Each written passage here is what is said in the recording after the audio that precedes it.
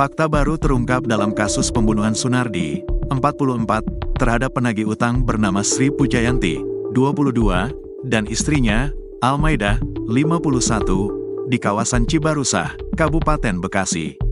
Ternyata, Sunardi membunuh istrinya itu hingga membuang jasadnya ke septic tank bukan karena motif selingkuh. Sunardi ternyata membohongi polisi. Sebenarnya selingkuh itu cuma dijadikan alasan awal ke polisi.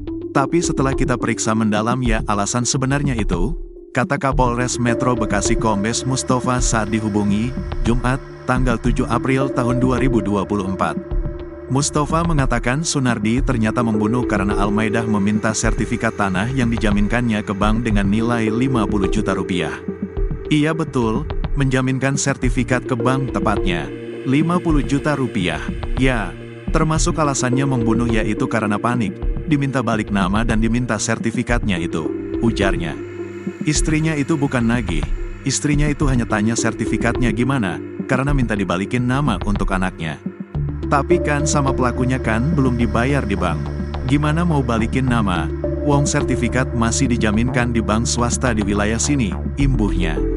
Adapun aksi pembunuhan itu diduga dilakukan pada 2022 lalu dengan cara menjerat leher istrinya menggunakan kerudung yang dipakai.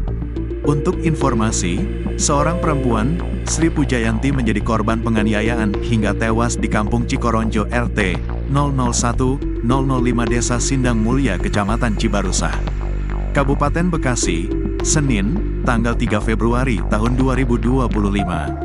Nahasnya korban ditemukan di dalam lemari terbungkus spray yang diduga dibunuh oleh tersangka Sunardi. Kabid Humas Polda Metro Jaya Kombes AD Arisyam Indradi mengatakan sebanyak 3 saksi telah dimintai keterangannya perihal kasus ini. Menurut keterangan dari saksi bahwa korban awalnya hendak menagih utang ke pelaku.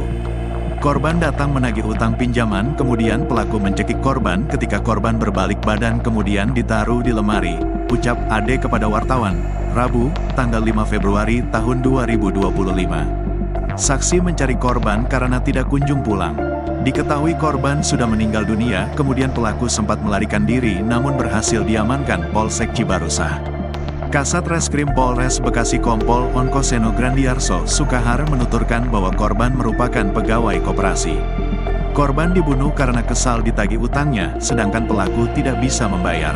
Jumlah utangnya 3 juta rupiah, ucap Onkoseno.